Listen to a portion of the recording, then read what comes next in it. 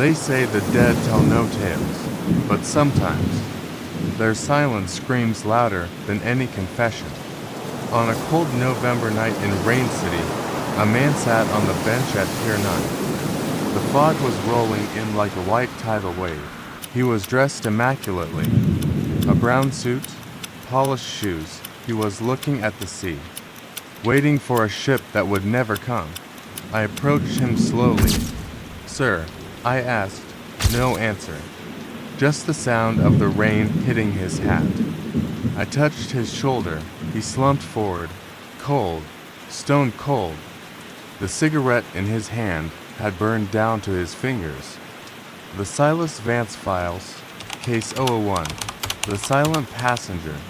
We took him to the morgue, under the harsh white lights. The mystery only deepened.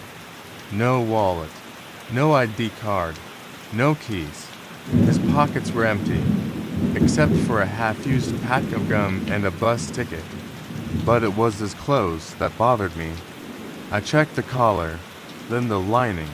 Nothing. Every single label had been cut out.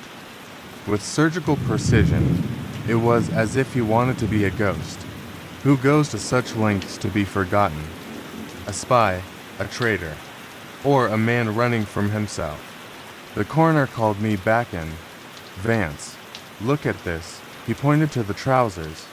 Hidden inside the waistband, a tiny secret pocket, sewn with a thread color that didn't match the rest. Inside, a rolled-up scrap of paper, tighter than a cigarette. We unfolded it. 2 words, printed in an elaborate, ancient font from a rare book. "TAMAM SHUD." It means the end or finished in Persian. Was this a suicide note or a message?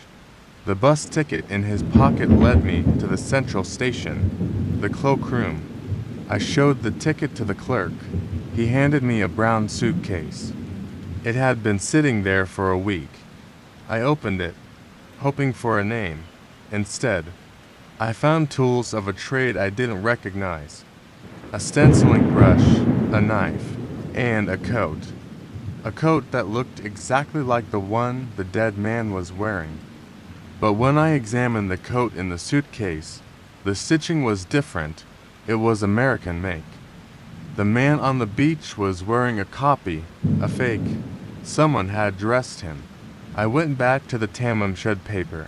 We needed the book it was torn from. It took weeks. Finally, a man walked into the station. He found a rare poetry book in the back of his car. The last page was torn out. The paper in the dead man's pocket fit perfectly.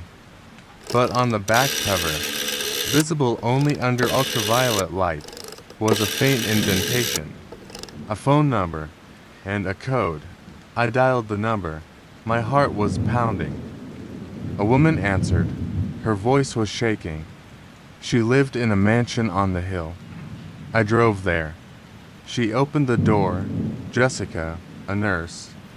Beautiful, but her eyes were full of fear. I showed her the plaster cast of the dead man's face.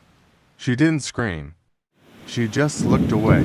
She whispered, "I don't know him," but her hands were trembling. She was lying. I knew it. She gave him the book. Maybe she gave him something else too. I dug deeper into Jessica's past.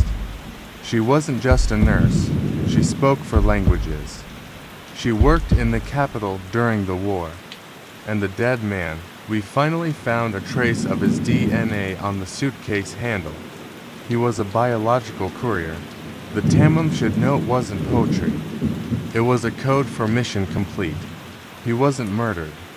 He was erased. He consumed a poison that vanishes without a trace. Jessica didn't kill him. She was his handler. She was the one who cut the labels to protect the network. I went back to Pier 9 one last time. The rain had washed away all traces. We buried him as the unknown man. Jessica moved away a week later, vanished into the fog.